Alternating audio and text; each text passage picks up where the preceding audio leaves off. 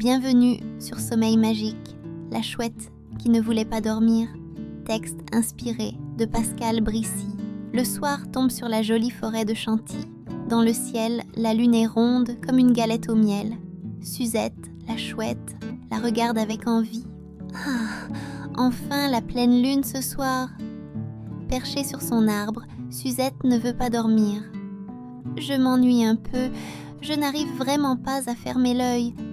Mais après avoir lissé son plumage de la tête aux pattes, elle a une idée. « Tiens, si j'allais rendre visite à Solange ?» se dit-elle en pensant à sa voisine, la mésange. Flip-flap, en 2 battements d'ailes, Suzette arrive chez la mésange. La chouette cogne du bec pour s'annoncer. « Bien le bonsoir, chère amie. Tu cuis quoi ? Hein, qui va là ?» Surprise, Solange sursaute, réveillée en sursaut. « Non mais... quelle histoire ?» « Ce n'est pas le moment de papoter, » réprimande la mésange d'un regard noir. « Désolée, » s'excuse Suzette. « Je repasserai demain au champ des alettes. » Oh, cette Suzette! Comme elle ne trouve pas le sommeil, elle réveille toujours tout le monde. L'instant suivant, Suzette décide d'aller voir son amie Huguette, la merlette. Flip-flap. En 2 battements d'ailes, la chouette rejoint son arbre. Suzette cogne du bec pour s'annoncer. « Bien le bonsoir, ma chère. »« Nom d'un ver de terre ?» s'exclame Huguette, si effrayée qu'elle manque de tomber de sa branche. « Dites donc, vous n'avez rien de mieux à faire, Suzette ? Pour une fois que je rêvais d'un beau merle à épouser. »« Désolée, » murmure Suzette. « Je vous laisse avec votre Roméo et repasserai demain au champ des moineaux. »« Oui, c'est ça, fichez-moi la paix, » grogne Huguette. « J'étais en train de dormir, moi. » Oh là là, ils ne sont pas drôles. Je voulais juste parler quelques minutes. Quelques instants plus tard, c'est le même accueil chez Raoul l'écureuil. Allez apprendre à voler aux poules si vous vous ennuyez. Quant à René le sanglier, il n'ouvre même pas un œil et continue de ronfler.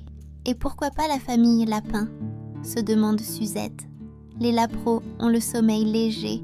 Ils auront peut-être des histoires à raconter. Flip-flop, en 2 battements d'ailes, Suzette rejoint leur terrier. Mais une surprise l'attend.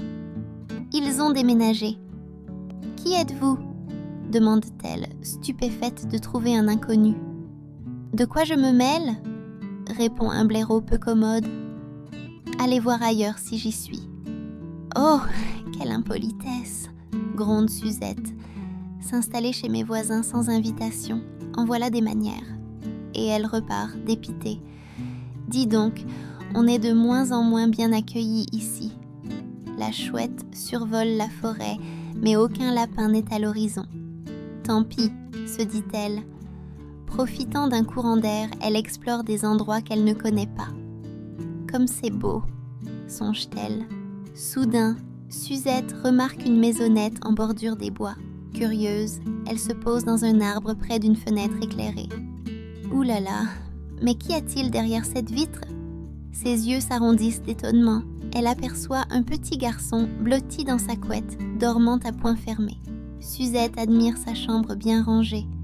Il a l'air si paisible, ce petit, et si reposé. À force de le regarder, Suzette finit par se sentir apaisée. « Oh, il est trop mignon avec son nounours !» La chouette pousse un soupir fatigué. « Le ciel pâlit déjà, le jour va se lever, et je n'ai trouvé personne pour discuter. » Suzette commence à bâiller. Je somme... Aïe !» Lorsque l'enfant se réveille, il est surpris de découvrir Suzette endormie dans l'arbre, face à sa fenêtre.